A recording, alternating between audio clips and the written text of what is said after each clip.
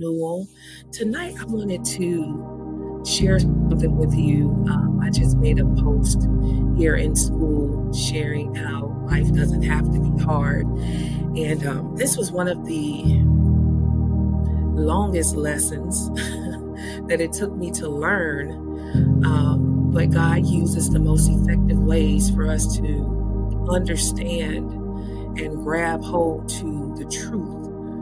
And the truth for me that I had to learn was that life does not have to be hard. And I spent many, many years thinking that it had to be. And subconsciously, I was creating scenarios to validate that belief. And I'm so grateful that God delivered me from that belief and gave me a new paradigm and a new way of thinking. I want to read something to you from a book that I usually read every year. This year I haven't read it, but it's called Until Today by Iyanla Van Sant. And as I was reflecting on life and just reflecting on how this morning for clarity, the topic was about the opinions of others. Sometimes we can give the opinions of others more weight than God's opinion of us and our opinion of ourselves. And when we do that, we make life hard for ourselves because then we're trying to measure up to something that we don't even have to try to do that.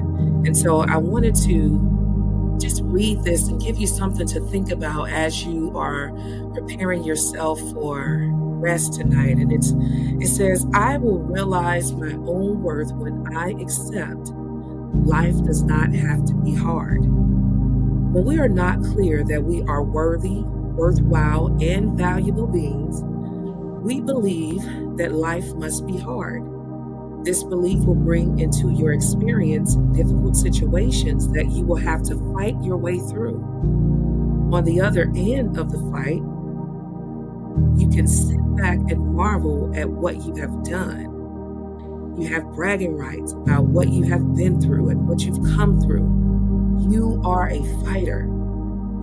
It may be difficult for you to understand that you are creating these situations to support the subconscious belief that you do not deserve to live a joy-filled or peaceful life.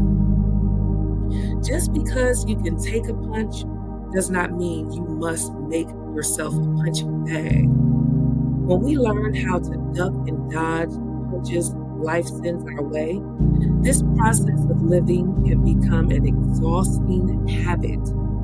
There are people who are in the habit of living hard lives. When you expect to be punched, you are always looking for the fist.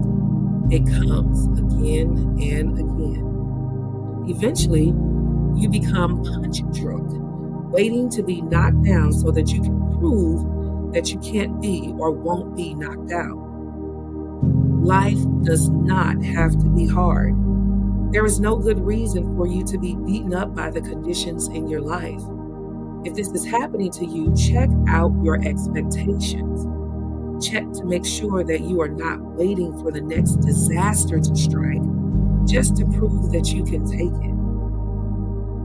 Until today, you may not have been aware of the role your thoughts, your words, and expectations play in the creation of your life experiences. You may be creating pain in your life as a reflection of the belief that you are not worthy of anything else.